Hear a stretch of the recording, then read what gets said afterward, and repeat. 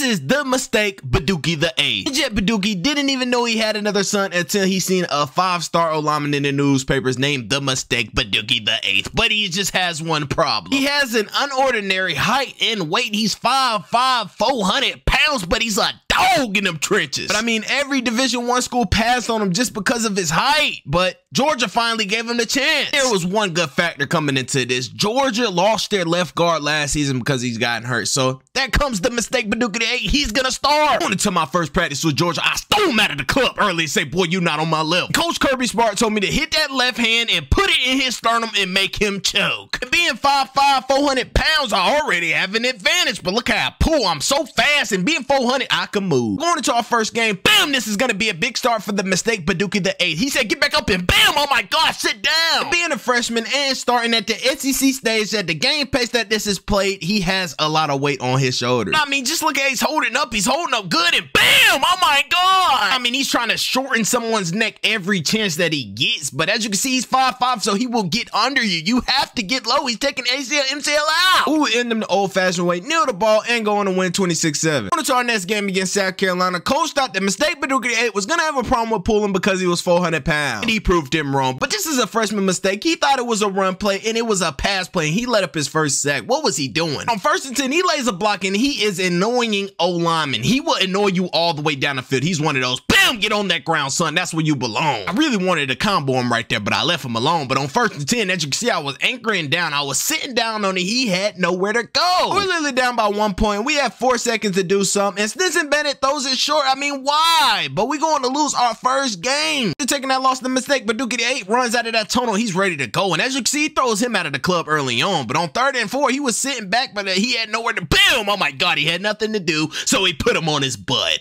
But on 3rd and 5, he was sitting there blocked. On 3rd and goal, as you can see, we drive down the field and we will score, and I block nobody. But on 2nd and 7, as you can see, I pick up a block and take ACL, MCL out. That's one of my favorites. One thing about the mistake Badookie the VIII, he's kind of crazy. Boom, he wants to put you on the ground and he wants to hurt you. He doesn't play for fun. He plays to hurt you. But on 1st and 10, he was sitting there clamping him up, driving him down the field. He almost took him to the sideline. What was he doing? But the quarterback fumbles the ball. But we still going to win 28-0. On to our next game against the number 14 seed team in the country, Arkansas. Started off intense, but the thing about the mistake Badookie the VIII, he's kind of not like his brother Trentavious Badookie, but he's kind of a little better because he could get lower and get under your shoulder pads and take you out just like that. But he's a dog. I mean, absolutely a dog. But we're going to win the game 24-7. On to our next game against Deion Sanders' team, Colorado. Started off intense. I absolutely took his legs out early. And on 1st and 10, bam, get out of my way. He's not playing. Being a freshman, you will be doubted, but bam, you got to show him that you're a grown man and you're not scared of anything. But on 1st and goal, I lay a big block for the running back to go on for 6. But on 2nd and 5, I absolutely throw him down, but he still got the tackle and he was hyped up. But on 1st and 10, I lay another block for the running back and he takes it up the field for the first down. But on 3rd and 7, I was sitting down on it, clamping down. He couldn't go anywhere, and the quarterback throws it for 6. I mean, after the loss we took in week 2, we're not losing again, and I take ACL, MCL out, and we go ahead and kneel the ball on these boys, and we go ahead and win 17-7. Let's go. Going into our next game against the number 16 team in the country, Tennessee, the mistake Badookie the VIII had one problem. Kinda was starting to lose the feeling for O-line, but he also played D-lineman as well, but he just felt like he wasn't as good, but he absolutely pancaked him.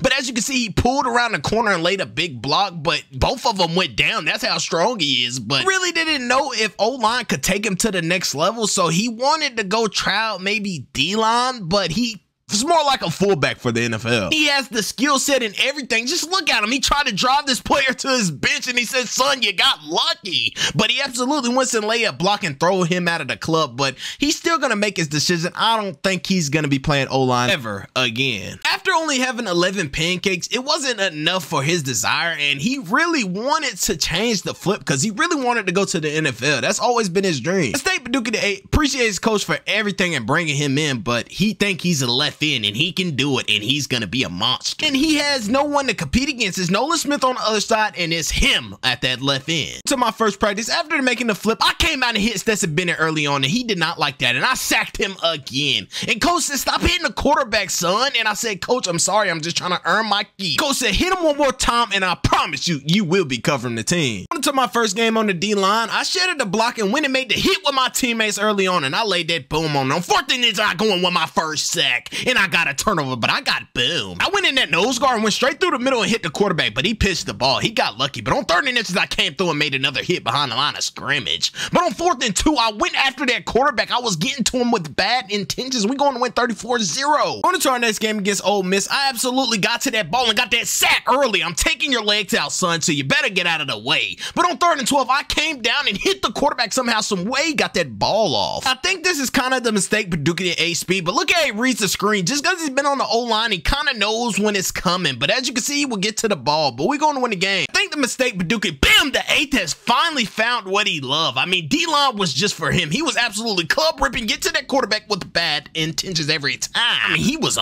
he was aggressive. Every play that he gets off that ball, he is dipping and ripping and getting to that quarterback or running back. But on 1st and 10, as you can see, he was shedding the block, shed 2 of them. We'll try to hawk him down, and he will wrap and roll, and those gator rolls are paying off. And on 1st and 10, he reads the screen, so the quarterback didn't even throw the ball. But on 2nd and 19, he goes and get the quarterback somehow, some way he got that ball off. I made him do an absolute front flip. He almost got helicopter, but on 3rd and 12, I was getting blocked up, but I came back outside and got a sack. But we're going to win the game 34-0. After getting the field of D-line, bam, oh my God, he was making people fumble and get into the ball and go and get a double tackle. That is crazy, but oh my, get to that ground, son. He absolutely threw him and manhandled him. He said, lock me up because I'm a dog. He would go in and get another tackle. He was not playing early in this game, but on 2nd and 17, he got a sack. He was not playing, but on 1st and 10, he dips and rips and goes and get another one. But on 2nd and 12, bam, he met him in the backfield. He absolutely obliterated him. He said, hey man, I need to be stopped. But on 1st and 10, he dips and rips and get another sack. He is going crazy, but he gets ran over. Things went downhill. That was not good, but he gets another sack to bring his momentum all the way